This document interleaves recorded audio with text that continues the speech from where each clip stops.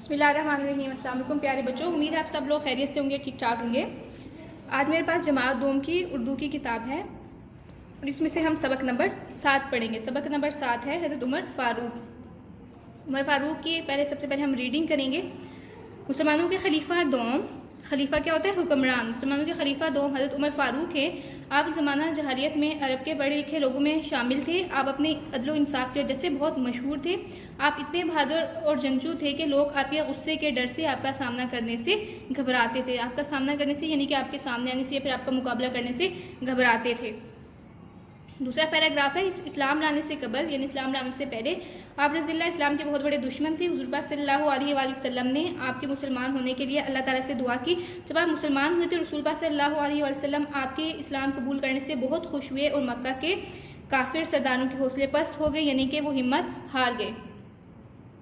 अगला पैराग्राफ है सफ़ा नंबर 29 पे। कैस्टे रोम ने एक दफ़ा अपना एक एलची होता है पैगाम लाने वाला, हज़रत उमर फ़ारूक की खिदमत में भेजा कि आपके हालात ज़िंदगी होते हैं ज़िंदगी के हालात और इंतज़ाम सल्तनत देख सके। इंतज़ाम सल्तनत होता है हुकूमत चलाने का तौर तरीका।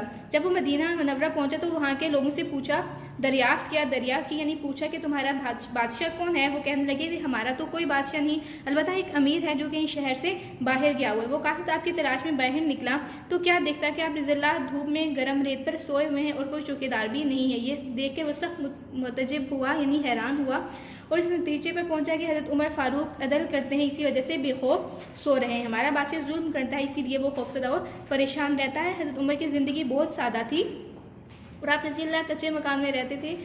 रसूल पाक सल्लल्लाहु अलैहि वसल्लम ने आपको जन्नत की बशारत सुनाई यानी कि आप अशर मुबश्शर में शामिल हैं। आप रज़ियल्लाह ने यकम मुहर्रम 23 हिजरी को शहादत पाई और हुज़ूर पाक सल्लल्लाहु अलैहि वसल्लम के पहलू में दफन हुई। हमारे सबक की रीडिंग कंप्लीट हो गई है। आपने सबक की अच्छी तरह से रीडिंग करनी है और जो मुश्किल अल्फाज होंगे आपने उनकी इमला लिखनी है। एक्सरसाइज पे आ जाते हैं। सवाल नंबर 1 जो है मुख्तसर जवाबात, ये हम वर्कबुक के ऊपर करेंगे। सवाल नंबर 2 की तरफ चलते हैं। सवाल नंबर 2 है दुरुस्त जवाब पर टिक और गलत पे क्रॉस का निशान लगाएं। नंबर 1 है हज़रत उमर फ़ारूक का अदल इंसाफ मशहूर है, ये सही है, सही स्टेटमेंट है, इसको आप टिक करेंगे। नंबर 2 कैस्टे रोम ने हज़रत उमर फ़ारूक के पास एलची भेजा, ये स्टेटमेंट बिल्कुल ठीक है, इसको भी टिक करें। आप रज़ियल्लाह अरब के अनपढ़ लोगों में शामिल थे, ये क्रॉस स्टेटमेंट है, फॉल्स स्टेटमेंट है, गलत है, इसको आप क्रॉस करेंगे। कासिद ने देखा कि आप रज़ियल्लाह नरम बिस्तर पर सोए हुए हैं, ये फॉल्स है, आप नरम बिस्तर पर नहीं सोए हुए थे बल्कि रेत पे सोए हुए थे, ये फॉल्स है। आप रज़ियल्लाह नबी करीम सल्लल्लाहु अलैहि वसल्लम के पहलू में दफन है, ये स्टेटमेंट ठीक है। सवाल नंबर 3 की तरफ चलते हैं। यहाँ के आपको कुछ अल्फाज दिए गए हैं, इन अल्फाज की मदद से आपने खाली जगह पूरी करनी है, लेकिन एक बात याद रखें कि पेपर में आपको ये अल्फाज नहीं दिए जाते। नंबर 1 है लोग आप रज़ियल्लाह के डैश के डर से आपका सामना करने से घबराते थे, गुस्से के डर से। नंबर 2 है हुज़ूर पाक सल्लल्लाहु अलैहि वसल्लम ने आपको जन्नत की डैश सुनाई, बशारत सुनाई। नंबर 3 हज़रत उमर की ज़िंदगी बहुत डैश थी, बहुत सादा थी। हज़रत उमर फ़ारूक डैश और डैश थे, बहादुर और जंगजू थे। आप रज़ियल्लाह डैश मकान में रहते थे, कच्चे मकान में रहते थे। सवाल नंबर 4 है सबक के मुताबिक दुरुस्त जवाब पे टिक का निशान लगाएं। इस्लाम लाने से कबल आप रज़ियल्लाह इस्लाम के दोस्त थे, दुश्मन थे, बागी थे, फिर कायल थे। बे ऑप्शन आएगा, सही है, इसमें दुश्मन थे। कैसे रोम ने भेजा, बे ऑप्शन सही है, एलची। हज़रत उमर फ़ारूक अदल, किसको टिक करेंगे? अदल। आप रज़ियल्लाह के इस्लाम लाने से काफिरों के हौसले पस्त हो गए, बे ऑप्शन ठीक है। नंबर 5 आपने शहादत पाई 10 मुहर्रम को, यकम मुहर्रम को, 12 रबीउल अव्वल को या फिर यकम सफ़र को, तो सही जवाब क्या है इसका? यकम मुहर्रम को। सवाल नंबर 5 हम वर्कबुक के ऊपर करेंगे। सवाल नंबर 6 कॉलम अलिफ को कॉलम बे से मिलाएं।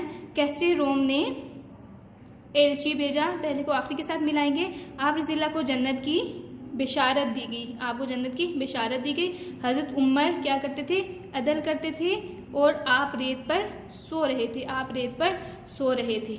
ठीक है, आगे चलते हैं। हज़रत उमर की शख्सियत पे 3 जुमले लिखें, ये भी हम वर्कबुक पे करेंगे।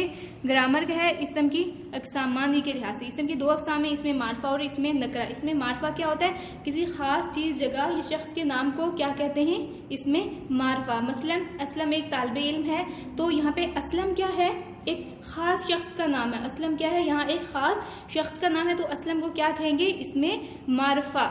अच्छा, अगर आप कहते हैं कि मुझे आम बहुत पसंद है, तो आम क्या होगा, एक ख़ास फल का नाम है ना, तो आम क्या होगा, यहाँ पे इसमें मारफा होगा। और इस तरह आम, इसमें नकरा क्या होता है, आम चीज़ जगह या शख्स का नाम क्या होता है, इसमें नकरा। जैसे लड़का किताब पढ़ रहा है, तो यहाँ पे लड़का क्या है, लड़के तो बहुत से होते हैं, तो यहाँ पे लड़का क्या है, आम है। किताब भी क्या है, यहाँ पे आम है। लेकिन अगर यहाँ पे लड़के की जगह लड़की का कोई नाम हो, जैसे अली अब्दुल्ला, तो अली अब्दुल्ला क्या होंगे, ये इसमें मारफा होंगे। और अगर किताब का कोई नाम भी हो, जैसे उर्दू की किताब, इंग्लिश की किताब, या किसी बुक का, किसी नॉवल का कोई नाम हो, तो वो क्या होगा, इसमें मारफा होगा। खाली किताब जो है ये क्या होगा, इसमें नकरा होगा। ठीक है, सवाल नंबर 8 है, सबक में से 3 इसमें मारफा और 3 इसमें नकरा चुन के लिखें। यह आपका होमवर्क है, ये आप लोगों ने खुद करना है। सबक की जब आप रीडिंग करेंगे, वहाँ से 3 इसमें मारफा और 3 इसमें नकरा आपने ढूंढ के लिखने। अब हम इसके वर्कबुक के काम की तरफ आते हैं। पहला है हमारे पास इमला के अल्फाज हैं, उसके बाद हमारे पास आता है मंदरजे झैल अल्फाज के मानी, दुरुस्त मानी पर दायरा लगाएं। सामना करना, इसका दुरुस्त मानी क्या होगा, मुकाबला करना। मुकाबला करने को दायरा लगाएंगे। मोतजिब होना, हैरान होना, हैरान होने को लगाएंगे। एलची, पैगाम लाने वाला। बिशारत, खुशखबरी। ठीक है, अगला हमारे पास है जुमले बनाएं। जुमले बनाने का हम बहुत सारा काम कर चुके हैं। अब इस सबक के जो जुमले हैं, ये आप लोगों ने खुद से इनको बनाने की कोशिश करनी है। अदल, खलीफा, कासिद, जुल्म और तलाश। ठीक है, ये इनके जुमले आप लोगों ने खुद बनाने। इसके अलावा सवालों के जो जवाबात हैं, इसके आपको नोट्स मिल जाएंगे, नोट्स फॉर्म में मिलेंगे आपको। इसके अलावा सफ़ा नंबर 27 पे एक सवाल है कि अदल इंसाफ करने वाला इंसान बेखौफ क्यों सोता है, सोचें और इसकी कोई सी दो वजूहात लिखें। ये आप लोगों का अपने करने का काम है, ये आप लोगों ने खुद से यहाँ पे लिखना है। ठीक है, ये हमारा काम हो गया। इसके बाद अब हम इसके ग्रामर के काम की तरफ आते हैं। ग्रामर का काम जो है ये हम सफ़ा नंबर 44 तक, 44 तक, सफ़ा नंबर 44 तक हम लोग कर चुके थे। अब हम सफ़ा नंबर 45 पे आएंगे। सफ़ा नंबर 45 पे है प्यासा कौवा। यहाँ पे तस्वीर दी हुई हैं और ये सफ़ा नंबर है 45। ठीक है, तस्वीरें दी हुई हैं, इन तस्वीरों की मदद से कहानी मुकम्मल करनी है। ये आपको नोट्स फॉर्म में मिल जाएगी। इसके अलावा तख्लीकी काविश है, गाय के ऊपर आपने मजमून लिखना है, ये भी आपको नोट्स के फॉर्म में मिल जाएगा। आगे आते हैं तफ़हीम इबारत। तफ़हीम इबारत यानी इंग्लिश में आप इसको कम्प्रीहेंशन कहते हैं। कम्प्रीहेंशन गिवन है आपको, पानी एक नेमत है। इसकी पहले रीडिंग कर लेते हैं। अल्लाह ताला ने हमें बेशुमार नेमतों से नवाजा है, इनमें से एक बड़ी नेमत पानी है। पानी के बगैर कोई भी जानदार जिंदा नहीं रह सकता। समंदर, दरिया और नहरों की खूबसूरती भी पानी की वजह से ही है। जो पानी हम पीते हैं वो कुओं और ट्यूबवेल के जरिए ज़मीन की तहों से निकाला जाता है। पानी पौधों, खेतों और आबी जानवरों के लिए बहुत ज़रूरी है। इसलिए हमें चाहिए कि अल्लाह की इस नेमत को ज़ाया होने से बचाएं, ताकि जितना ज़्यादा मुमकिन हो इसका मुनासिब इस्तेमाल करें। पानी के नल बिला वजह खुले ना छोड़ें और नहाते वक्त भी पानी का इस्तेमाल कम से कम करें। और हर वक्त अल्लाह ताला की नेमतों का शुक्र अदा करना चाहिए।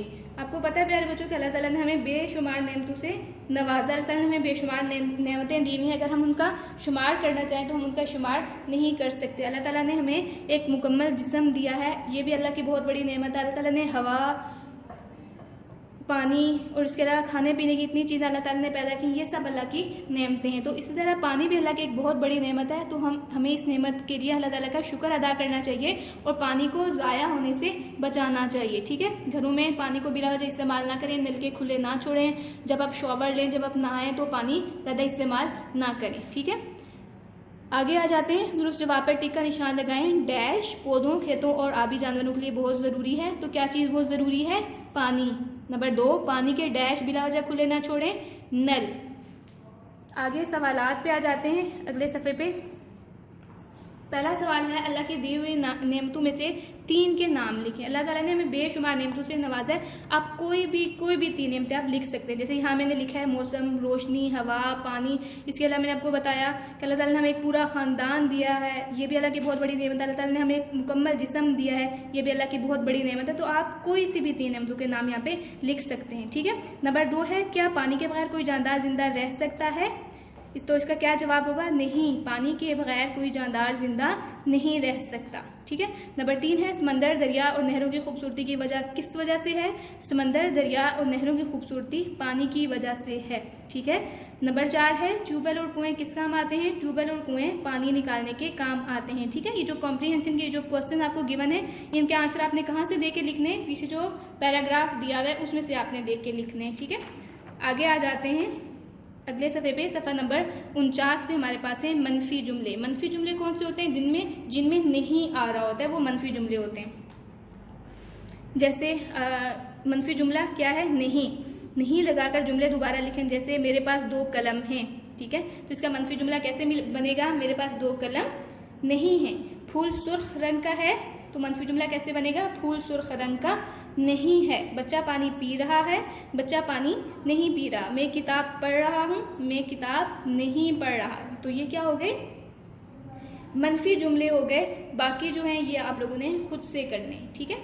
सवालिया जुमला अगले पेज पे है। सवालिया जुमला क्या होता है? जिसमें कोई सवाल पूछा जाए, और ये क्या, क्यों और कब वाले जुमले होते हैं। ठीक है।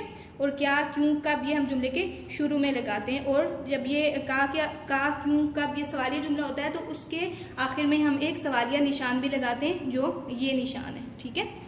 जैसे सादिया ने किताब पढ़ी, तो इसका सवालिया जुमला क्या बनेगा? क्या सादिया ने किताब पढ़ी?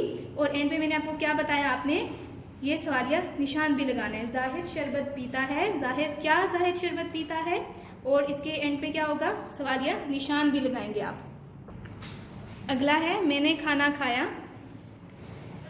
अब इसको आप ये भी कर सकते हैं, क्या मैंने खाना खाया या मैंने खाना कब खाया। ठीक है। दोनों तरह से आप इसको बना सकते हैं। मैंने खाना कब खाया, ठीक है, या क्या मैंने खाना खाया, और एंड पे क्या लगाएंगे? सवालिया निशान लगाएंगे।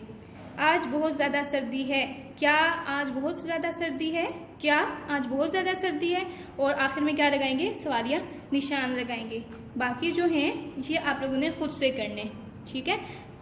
हमारा आज का काम इतना ही था। हमने जो सबक पढ़ा है, सबक की रीडिंग आप लोगों ने अच्छी तरह से करनी है, और उसमें जितने भी मुश्किल अल्फाज हैं उनकी अपनी इमला लिखनी है, और इसके अलावा सवाल जवाब जो मैंने आपको बताए हैं वो आपने उनको अच्छी तरह से याद भी करना है, और जो मैंने आपको खुद से करने वाला काम दिया है आपने अपना वो वाला काम भी आपने कंप्लीट कर लेना है। अपना बहुत सा ख्याल रखिएगा। अल्लाह हाफिज़।